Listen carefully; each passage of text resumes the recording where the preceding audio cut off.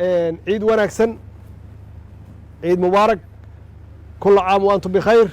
وحن رجينا سنة كس إلهي إنه جارسي عافمات يا عمري يا برواقو يا هرمر هدو إلهي هذا runtii aad iyo aad yaan kaga mahad celinahay shaqada adag aad haysaan habeen iyo maalin soo jeedka dhaxanta kaneecada iyo dagaalka joogtada ah aad kula jirtaan argagixisada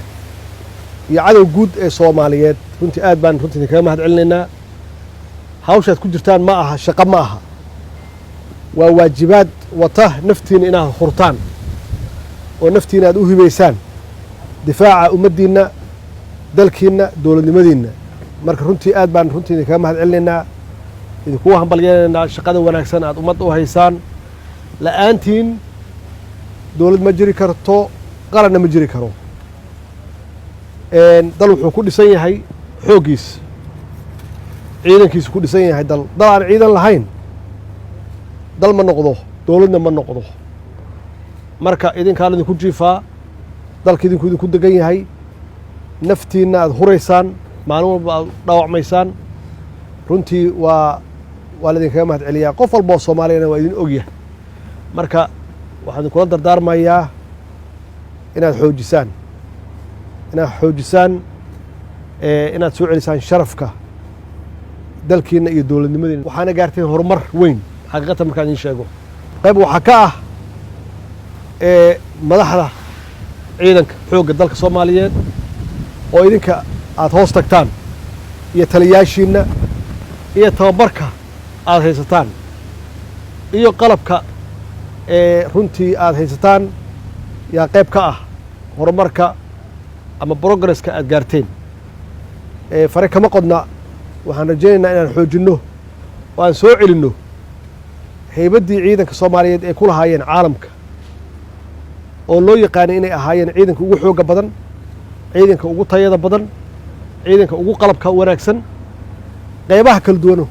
oo maxaan ku raahdaa laga rabo ciidan hadday tahay ciidan bad maraakiibtii iyo doomankii ay lahaayeen hadday tahay ciidan cir ciidankii cir dee ciidanka cirku waxa weeye waa diyaaradihii dagaalka oo noocyada kala duwan ay Soomaaliya lahayd iyo dadkii ku shaqaynayay hadday yihiin pilotska iyo makaaniga iyo ciidanka dhul oo noocyada kala duwan ahaa waxayna ku soo noqonaysaa annagoo u wada jeesanaa hal mowqif oo ah inaan u adeegno dalkan uguma adeegaysa haddaadan waddani ahayn waxaan naqaanaa wixii dalka burburiyey oo aan ku celcelinno mar walbana loo baahay in lagu celiyo oo qabyaaladda ahayd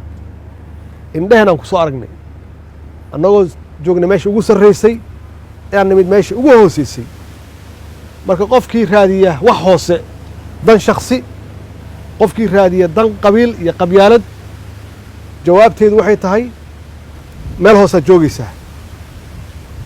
haddaad raadiso qaran wax lagu waaridiyeeyaa waddaniyad